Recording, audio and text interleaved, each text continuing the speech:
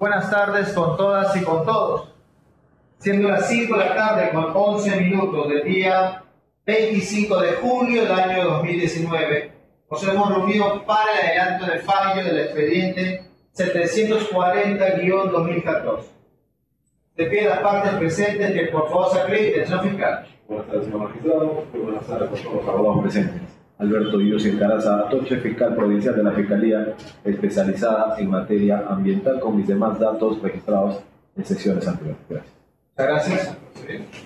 Buenas tardes, señor juez. Buenas tardes por el representante del Ministerio Público, por los abogados de la parte CUSAI, los presentes en esta audiencia, por mi parte, abogado Danilo González Caro, abogado delegado de la Procuraduría Pública especializada en delitos procesales, con los datos consignados ya en este proceso. Muchas gracias, doctor. Defensas técnicas, buenas tardes.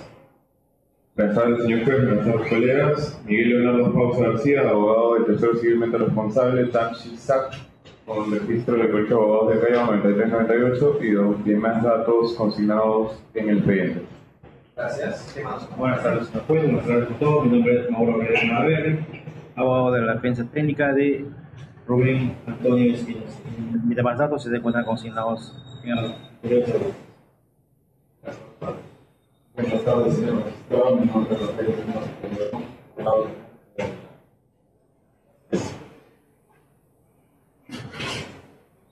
Muy buenas tardes, señor magistrado. Muy buenas tardes con todos los presentes. De la Facultad abogado defensor de Juan Ramírez. Datos ya consignados. Bien, se deja constancia que no están presentes los acusados. ¿Hay medios de comunicación social que tengan que acreditarse por control de información? ¿Los medios? ¿Acreditan por favor en la audiencia de la dinámica, señor periodista? Pasen al micrófono. Perdón. Buenas tardes, mi nombre es Silvia Fernández, periodista de Proyecto. Gracias, secretaria. Buenas tardes, mi nombre es Ángela Rodríguez, periodista de Actualidad Ambiental. Gracias, señorita. Por favor. Buenas tardes, Marina Reyes, periódico Lucha de País. Gracias, secretaria.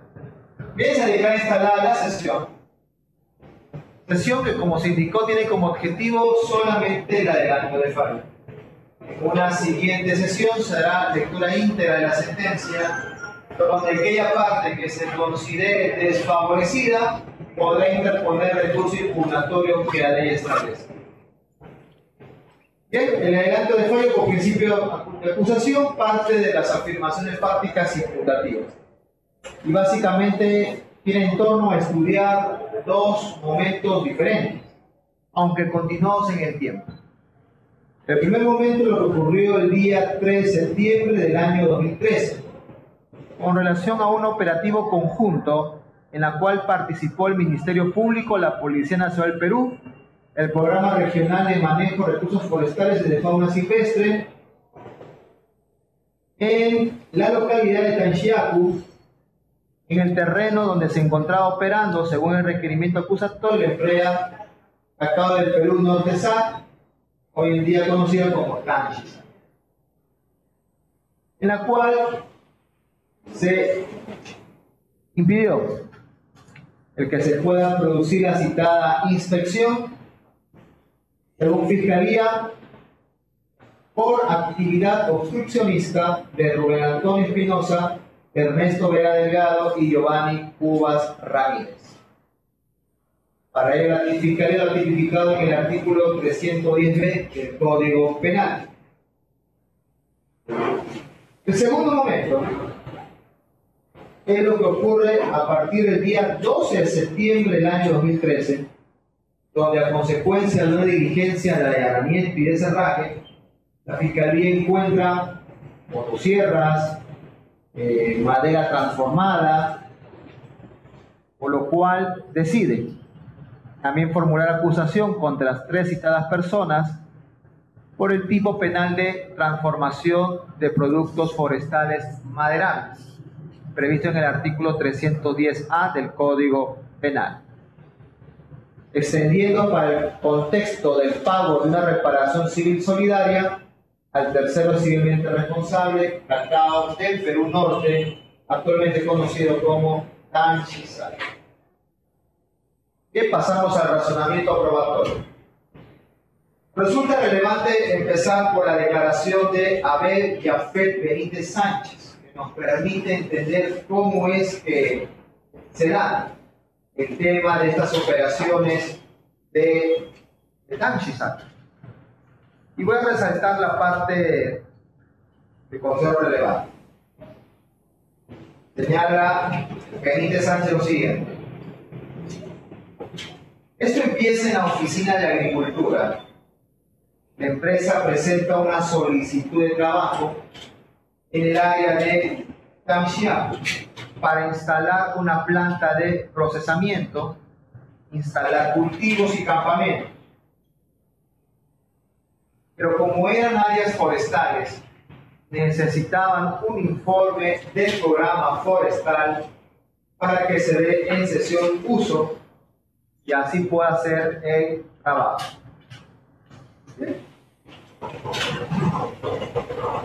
En segundo lugar, tenemos como documental una nota periodística en la cual se comunicaba a la población de una desforestación masiva en Tamchiac, en el terreno de propiedad de la empresa entonces denominada Cacao. Publicación de la región del 2 de septiembre del año 2013.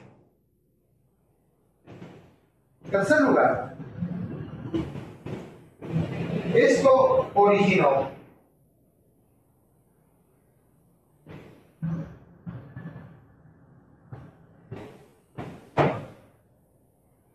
de acuerdo con el informe de ocurrencia número 004-2013 organizado en juicio,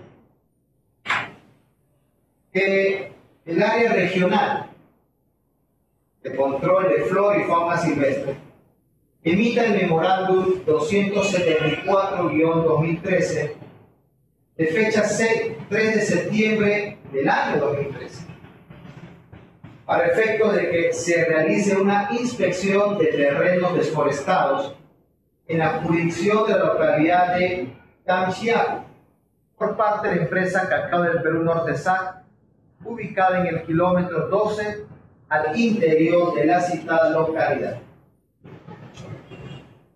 Este dato es relevante porque no estamos ante un acto de investigación del Ministerio Público, que como bien marca el artículo 202 del Código Procesal Penal, hubiese requerido una autorización del juez. Por el contrario, estamos en el cumplimiento de funciones en materia ambiental delegada a los gobiernos regionales de conformidad con el artículo 53, literal H, de la Ley 27867. Por ende, ante un ejercicio de funciones propio del gobierno regional, no es de aplicación las reglas del Código Procesal Penal en el extremo de una resolución judicial autoritaria. Continuando con el razonamiento probatorio, se organizó en juicio, en cuarto lugar, un acta de constatación de fecha 3 de septiembre del año 2013, donde aparece la firma de los coacusados Vega y Cubas.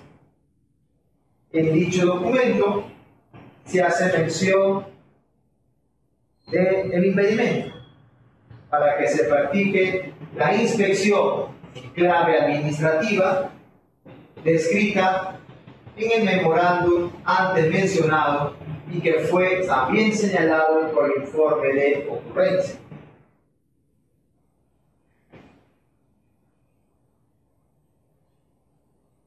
Esto generó identificar en qué consistió el impedimento y quién es el responsable del mismo. Para ello voy a citar la declaración del acusado Giovanni Cubas Ramírez. Dice lo siguiente: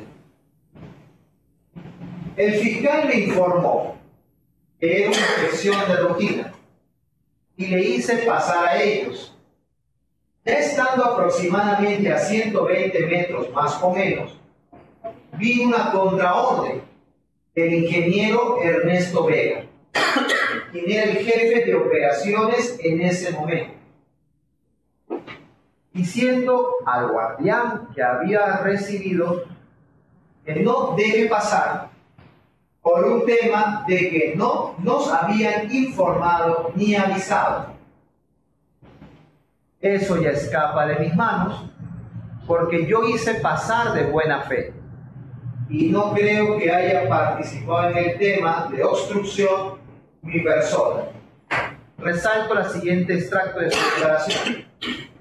La orden la dio el señor Ernesto Vega Delgado, quien era el jefe de operaciones de todo el área, con quien tuve contacto laboral los 6 primeros meses en el campo.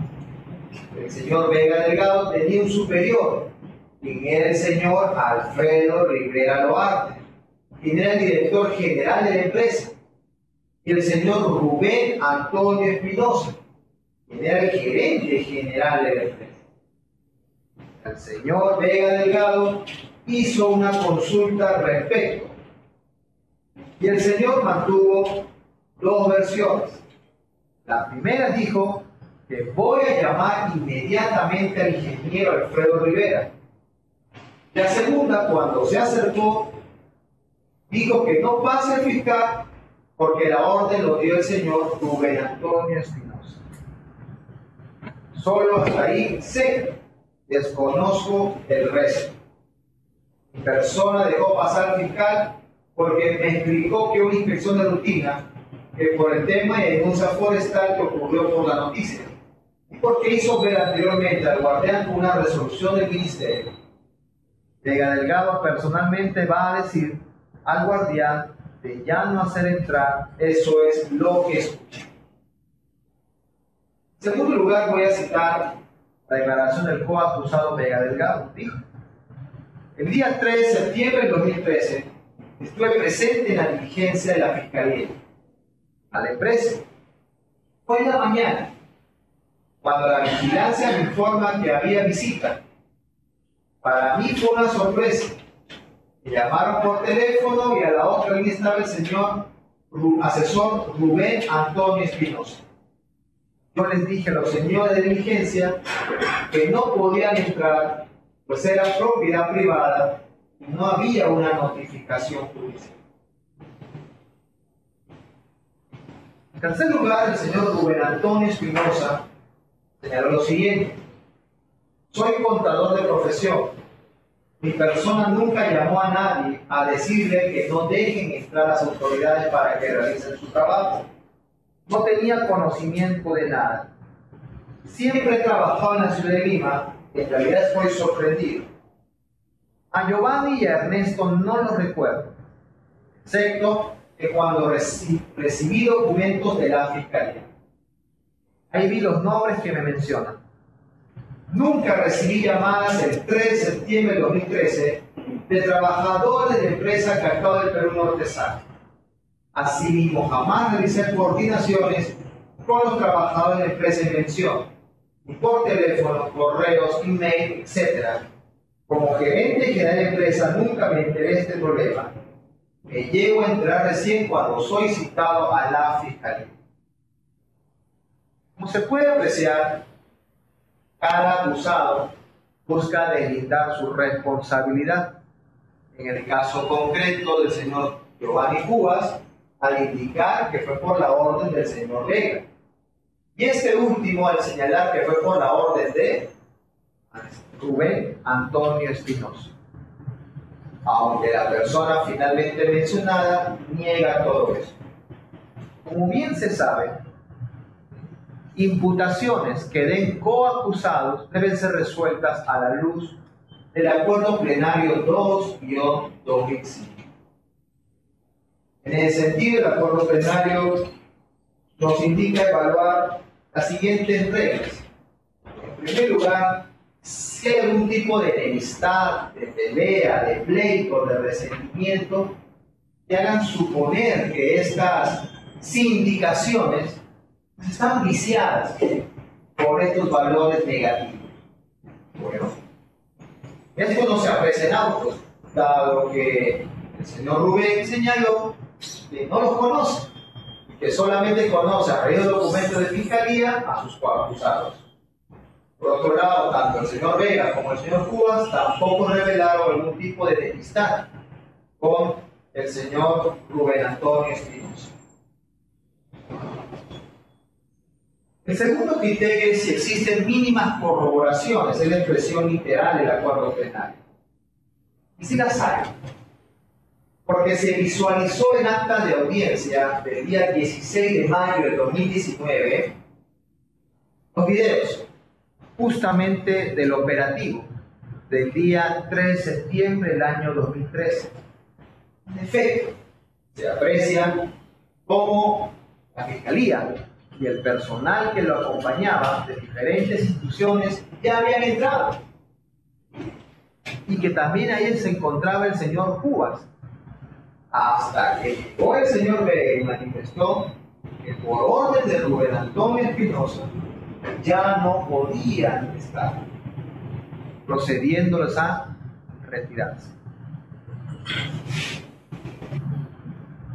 Igualmente se cuenta con el informe fundamentado número 006-2017-GRL, documento que es obligatorio para el caso de delitos contra el medio ambiente y los recursos naturales. Resalto la conclusión 17 del citado documento.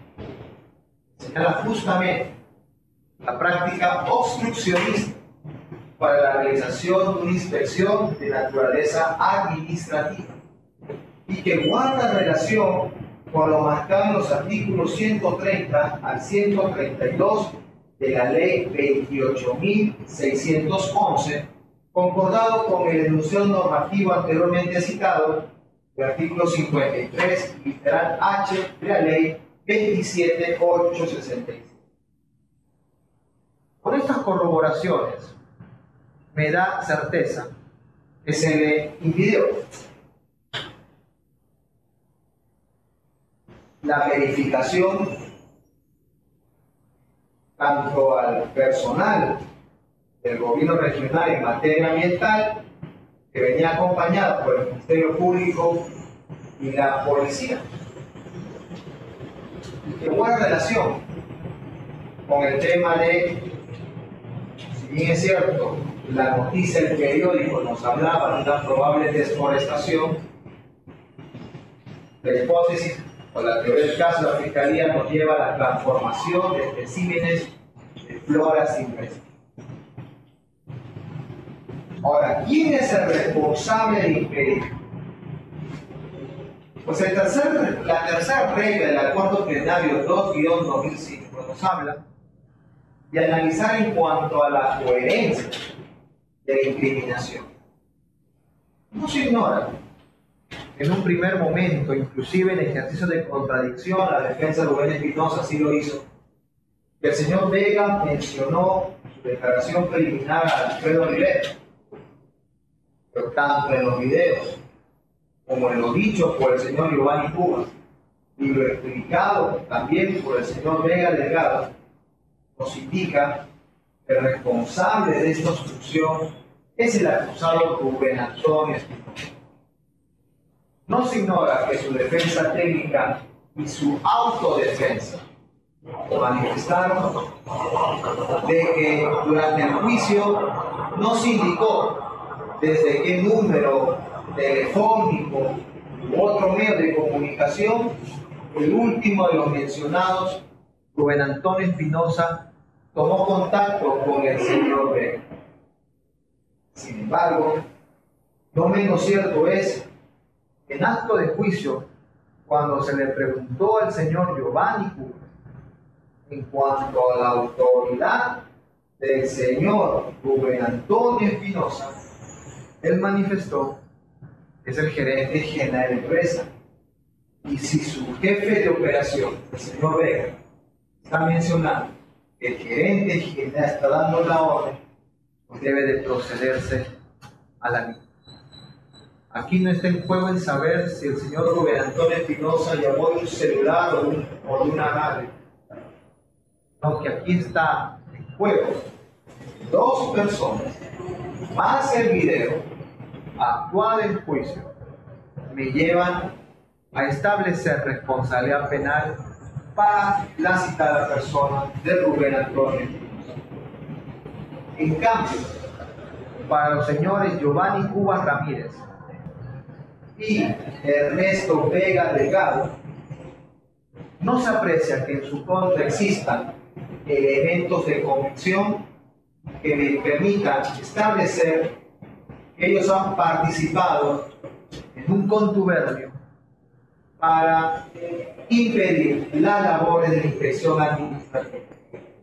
Porque como ya se indicó de Giovanni Cubas, él permitió el ingreso y de acuerdo con el video fue la orden señalada por el señor Vega dada por Rubén Antonio Espinosa. Igualmente, en el caso de Vega Delgado, él mismo manifestó que la explicación que le dio Rubén Antonio Espinosa fue de que no le habían avisado, no le habían informado y que no les deje pasar. Pues eso me hace entender que Rubén Antonio Espinosa colocó al señor Vega Delgado en una situación de error, dado que como ingeniero que es el señor Vega Delgado, pues no presentaba los conocimientos jurídicos para saber cuándo se requiere un permiso del juez y cuándo es una inspección administrativa que no requiere un permiso del juez. Y por el contrario, su conocimiento se fundó en lo que le dijo su gerente general. Por ende, para este primer extremo del caso, se halla responsabilidad penal solamente para Rubén Antonio Espinosa, mas no para Giovanni Cubas Ramírez ni Ernesto Vega Delgado.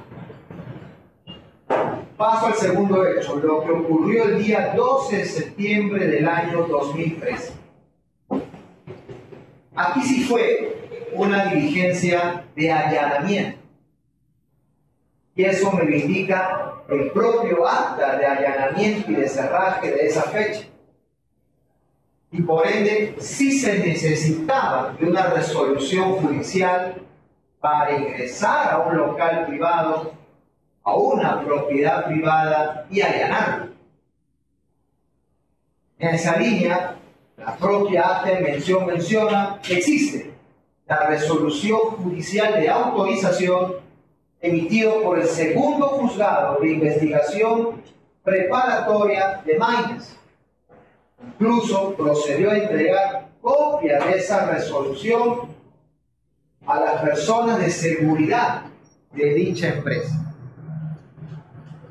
Por lo que se procedió a cumplir con lo establecido en los artículos 202 concordado con los artículos 215 y 216 del Código Procesal Penal, por lo que el ingreso de la autoridad del Ministerio Público es legal. En segundo lugar, también aquí se ha quedado probada en autos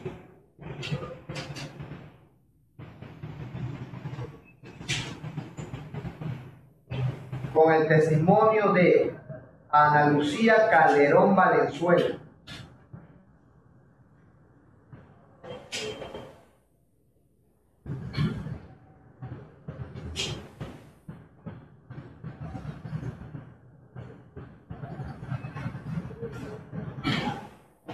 así como de Pablo García, que durante el acto de allanamiento se encontraron motosierras, árboles transformados en tablones, maquinarias pesadas. Incluso voy a citar al último que mencioné, a Pablo García, quien señala lo siguiente. El personal policial acompañó a la diligencia fiscal Mi persona fue designada para acompañarlo y nos constituimos al kilómetro 11, lugar donde funcionaba la empresa, donde encontramos a personal de seguridad de una empresa privada con una tranquera. El fiscal se entrevistó con ellos mostrándoles la orden de cerraje. Se accedió al terreno y en el trayecto pudo observar un camino carrozable hasta llegar a un campamento donde había muchas personas trabajando. También pude observar el desmonte del área que se estaba constatando. Muchos árboles estaban caídos. El fiscal ahí empezó a realizar su trabajo. Mi persona firmó el acta, ya que solo prestaba garantía a la persona que realizaba la diligencia. Se resalta, los árboles que estaban caídos estaban transformados, y en el acta se menciona que estos árboles fueron motocerrados. Mi persona particularmente no vio esa herramienta, pero sí vi maquinaria pesada. Igualmente el testimonio de la primera persona que se mencionó, Ana Lucía Calderón Valenzuela. Y resalto la parte que pertinente. La primera conclusión es que el área desforestada producto de las totales de 500 hectáreas que se ubica en el bosque tropical. La segunda conclusión es que se aprecia que en el área se encuentra el campamento de la empresa y que la tierra estaba siendo trabajada con maquinarias pesadas para mover el suelo, con el objetivo de hacer un cambio de uso. Luego que se ha establecido después del análisis de la muestra de las especies que contienen este tipo de bosques, se identificó la marencara, que está dentro de la categoría de vulnerables. En las instalaciones había maquinarias pesadas, aquellas que sirven para remover y extraer, así como motosierra.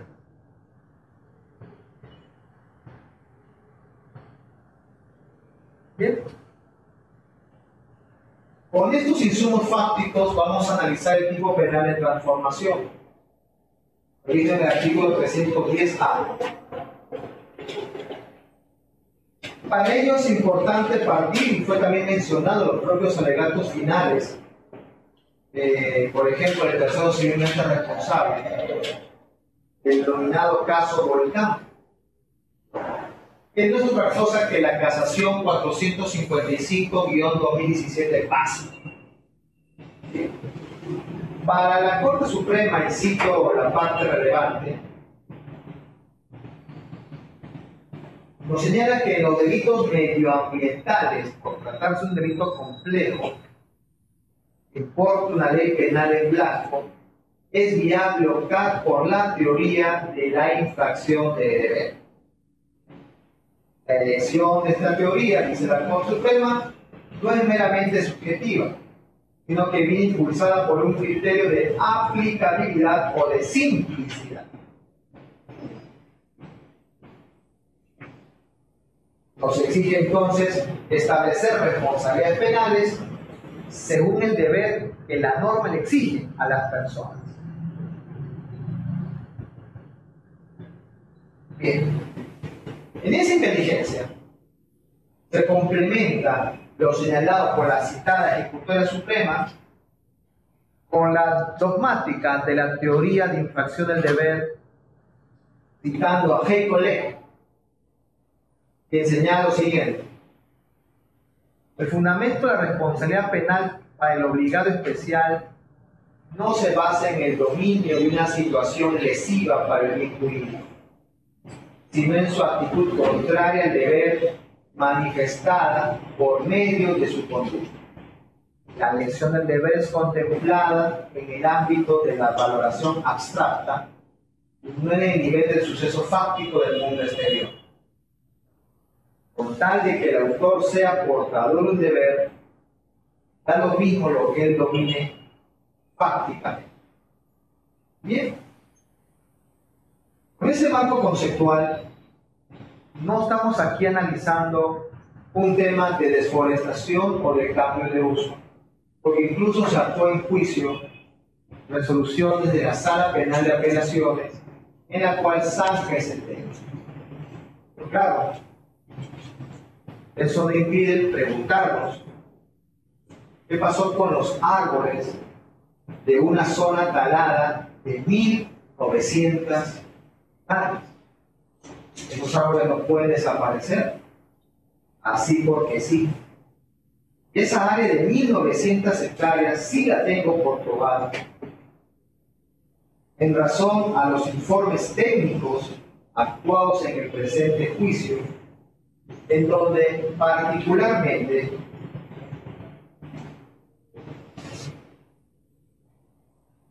cito el testimonio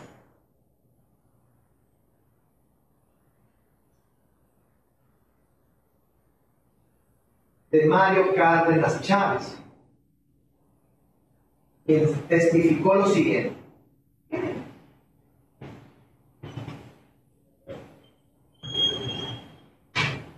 En diversos informes por los diversos supervisores, donde determinan que en los años 2013 y 2014 se deforestaron 1.900 hectáreas de bosques primarios, aproximadamente para poder hacer la siembra del cacao.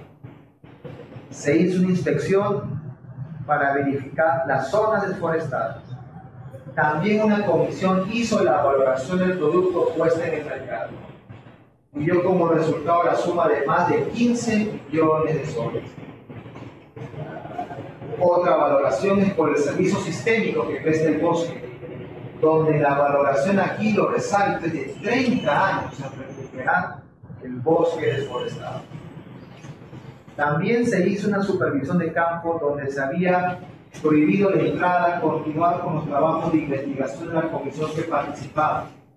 A razón de esto se hace una orden de allanamiento donde se pudo identificar piezas de madera como aserradas, acopiadas, así como herramientas y equipos que conllevan a la tipificación del delito.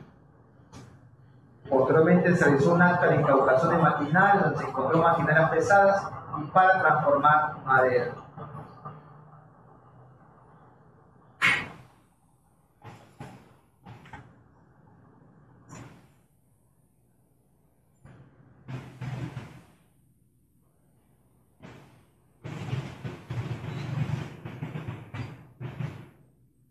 Esto también lo ve corroborado con el testimonio de Alfredo Apaza Picón, quien señaló lo siguiente. Se determinó que un área de afectación de 1.900 hectáreas en el 2012, en el 2013, en el 2014. Dentro del análisis vemos la afectación patrimonial forestal, tomando en cuenta la identificación del área de afectación. Luego los servicios ecosistémicos cuantificados. Debemos resaltar la valoración económica, que no se ha podido cuantificar todos los recursos ecosistémicos, solo se puede contar lo que tuvo información. Bien. Pues ahí está la pregunta, ¿dónde están todos esos árboles? Donde se han afirmado, se han encontrado tablas, maquinaria de transformación. Bien. Vamos ahora a citar la explicación que dan los tres acusados de dónde están todos estos. Y empiezo con Rubén Antonio Espinosa, quien declaró lo siguiente para el extremo que nos informa.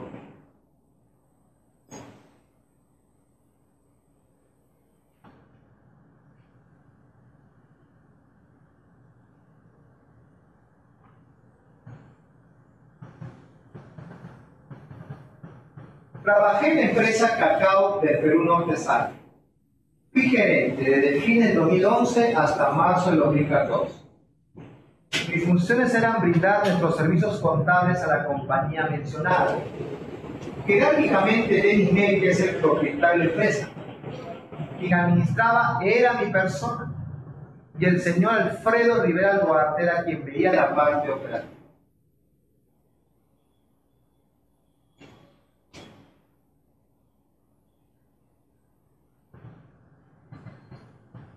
Físicamente yo no estaba en el lugar donde se operaba. Si se necesitaba que suscriba algún documento, preguntaba a un ente técnico. No recuerdo si acerca de la empresa Cacao del Perú Norte SAC se hizo el informe técnico. El detalle del documento lo ven los equipos. Los servicios a terceros se detallaban en los mayores. porque se incluye todo ello en la contabilidad detallada. A la parte contable tenía acceso, pero de ahí a la práctica del hecho no podía hacer. Pero resalto esta parte de su declaración. Con esta información que manejaba, no aparecía el rubro de especies maderables, ni tráfico maderable, etc. Con seguridad le puedo decir que esa cuenta contable no existe. Seguramente la empresa Cacao del Perú Norte ha contratado auditores para verificar que todo se encuentre bien. Pero no recuerdo con precisión los casos que manejaba la empresa. Y el propio gerente general,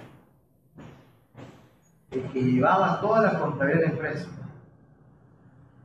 pudo dar razón de dónde están los árboles de 1900. Incluso mencionó, vuelvo a citar, que con la información que manejaba no aparecía el rubro de especies maderables. ¿Qué nos dice ahora Enrique Vega?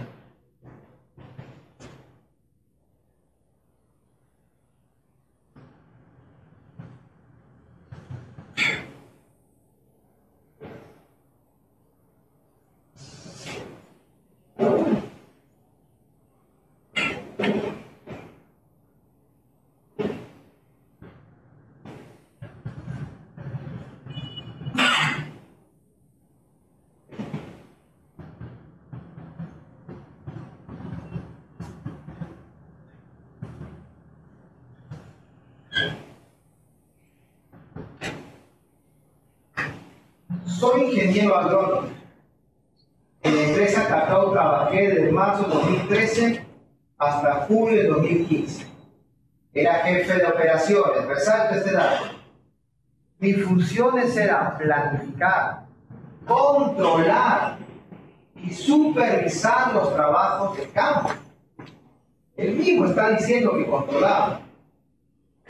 Tenía personas a mi cargo que se encargaban de la siembra. Para sembrar el cacao era necesario rozar, tumbar y asentar.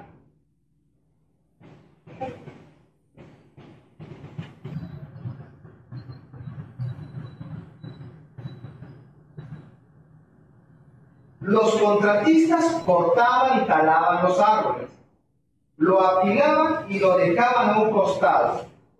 La idea era que esos árboles se descompongan para que sirvan luego de abono para la siembra del cacao. Cuando mi persona estaba ahí, nunca la madera fue transformada.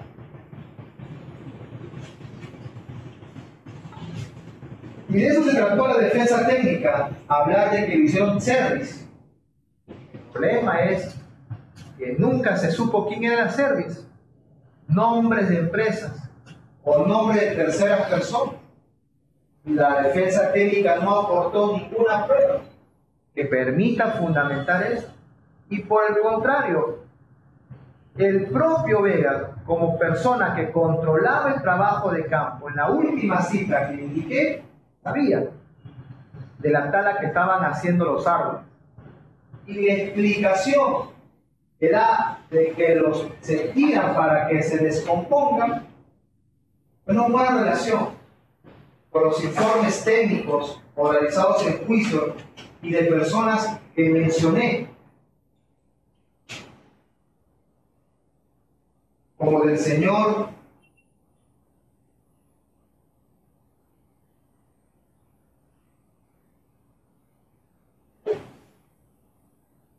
Mario Carnas Chávez, que nos habla que este producto maderable tiene un valor en el mercado de 15 millones de soles.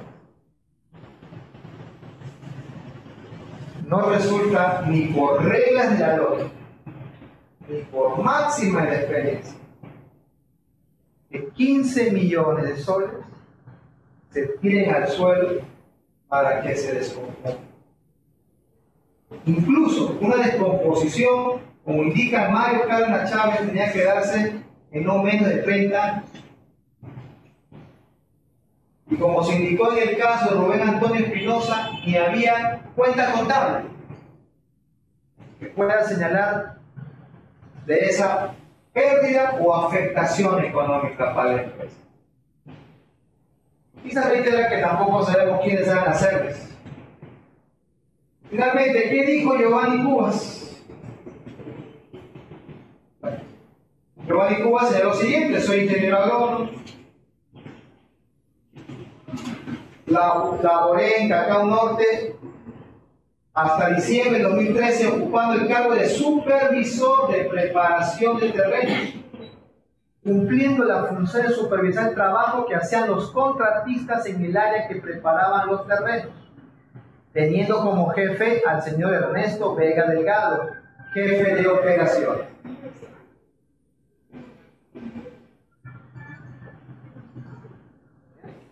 Voy a resaltar esta parte.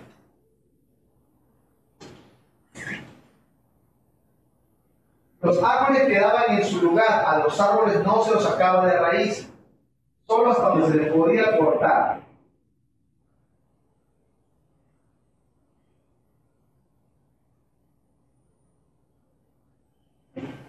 No había el uso de maquinaria pesada, sino tracto agrícola. Los árboles cortados se encontraban apilados, es decir, juntados en filas para que sigan descomponiéndose y se conviertan en abono. Esto también fue agregado por las respectivas defensas técnicas. Incluso señalaron que lo utilizaron para hacer campamento. Pero se vuelve a insistir, ni resulta lógico, ni propio con la máxima de la experiencia, que van a utilizar árboles de 1900 hectáreas para hacer campamentos, para tirarlos al suelo con un valor de mercado mayor de 15 millones de soles. Por ende,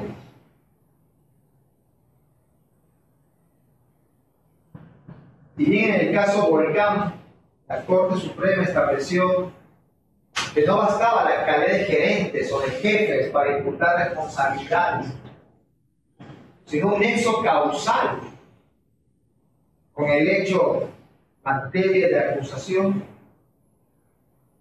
yo agregaría que más que un nexo causal es un tema de incremento del riesgo, de imputación. Se desaparecieron productos maderables con valor económico, con valor de mercado, con conocimiento del jefe de operaciones, Vega, con conocimiento del supervisor Cubas. Con relación a Antonio Rubén, él señaló que él no tenía ningún tipo de conocimiento de estos asuntos, cuando los propios correos electrónicos que se organizaron en juicio señalaba que él también escribía con copia de las plantaciones.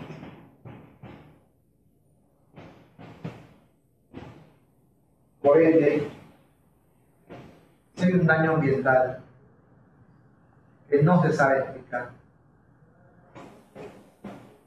Es coherente la hipótesis de fiscalía de que esos árboles fueron transformados por los tablones que se encontraron, por las motosierras que se hallaron, y que por hacer tablones se necesita hacer cortes longitudinales, lo cual la norma lo prohíbe.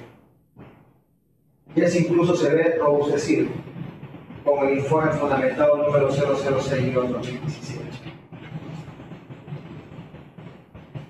El último elemento de la transformación, o los dos últimos elementos, es que sean productos o especímenes forestales maderables. Ya en los citados informes técnicos se han enumerado las especies de madera, a lo cual nos remitimos. Y el último elemento es que se conozca o se pueda presumir el origen ilícito de esa madera que se estaba transformando.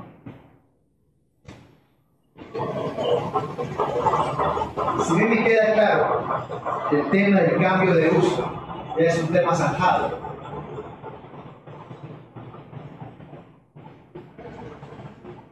el no tener respuesta a toda esta cantidad de madera que extraída en 1900 hectáreas, con conocimiento del gerente, con sus correos, con propia plantación, con conocimiento del jefe de operaciones, controlaba, según su dicho, con conocimiento del supervisor, que también hacía actividades de preparación del terreno. Queda claro que tienen insuficiente conocimiento para presumir las actividades ilícitas que se estaban haciendo con la transformación de la madera. Y aún así persistieron, buscando beneficios sin asunción de riesgos propios, queriendo evitar sus propias responsabilidades. Por ende, en este segundo delito, sí se encuentra acreditada el mismo y la responsabilidad para los tres acusados. Pasando a la pena.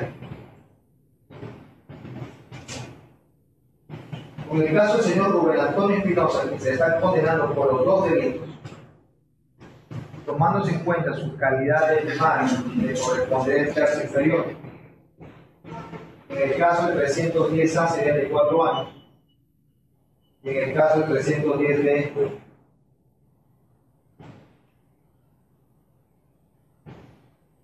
sería de 4 años. Que apreciándose que es un concurso real de delitos, dado que hemos trabajado a hechos en fechas diferentes, 3 de septiembre y 2 de septiembre de 2013, es la aplicación de los dispuestos del artículo 50 del Código Penal, es decir, sumar las penas, de conformidad también al Acuerdo Penal 4-2009. Se le va a imponer 8 años de pena privativa y libertad efectiva al señor Rubén Antonio Espinosa, así como el pago de 100 días multas a favor del Estado. Sigo con las penas. Tanto a Vega como a Cubas solamente le he hallado responsabilidad para el delito de transformación. Por ende se le va a imponer también el tercio inferior al ser primarios en la comisión de los delitos. Se le va a imponer 4 años de pena privativa de libertad.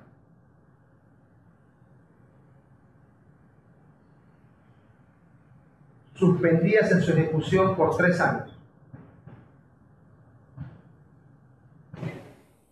Y el pago de 100 días a favor del Estado.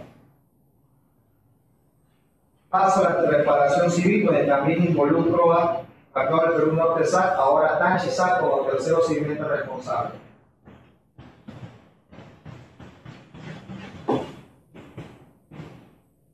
Al haberse acreditado el delito de transformación, así como de obstrucción, es evidente que se ha afectado el bien jurídico protegido que gira en torno a los recursos naturales.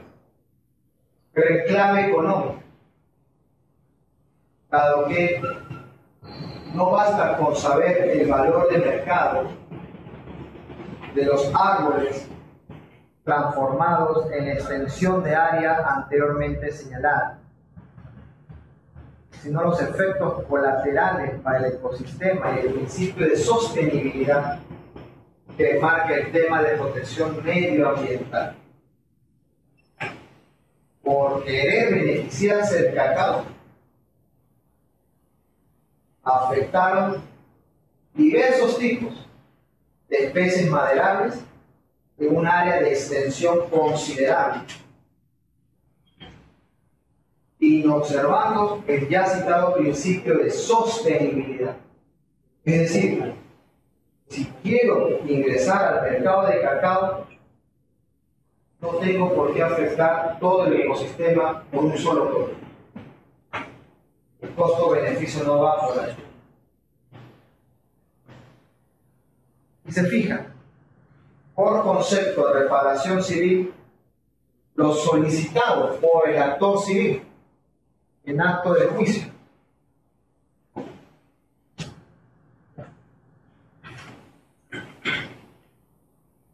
que asciende a la cantidad de 15.720.461 soles 27 céntimos, que de manera solidaria los sentenciados junto con la empresa tercero sirviente responsable tendrán que pagar a favor de la parte agraviada.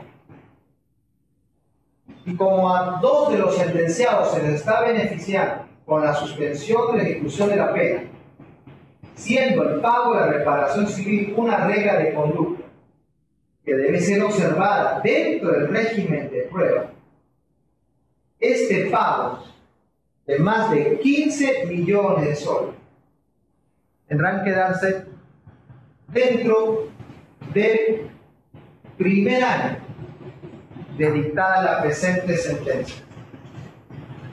Por sostenibilidad no podemos esperar más tiempo. Fecha y hora, doctora, para lectura de sentencia. Para el 8 de agosto a las 5 de la tarde.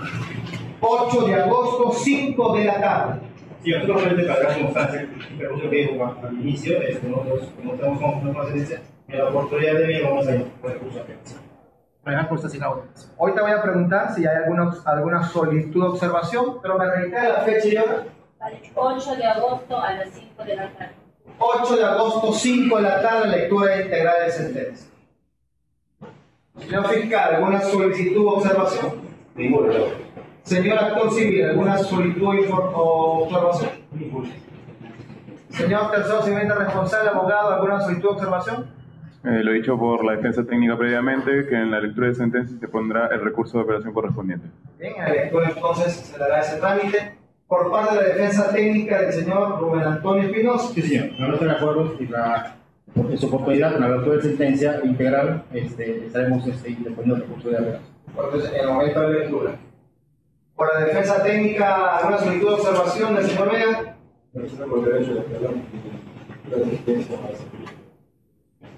¿Alguna solicitud de observación por parte de la defensa técnica del señor Giovanni Cubas? De ningún modo, señor magistrado, enviar la expresión. Hicimos la apelación. ¿Eh? Pues con su derecho, ya en la lectura podrán ustedes interponer lo que el derecho pone. No hay nada más que discutir, siendo las 6 de la noche con 3 minutos, se levanta sesión de audio y nos vemos en la fecha de lectura que se realizará con los que asisten.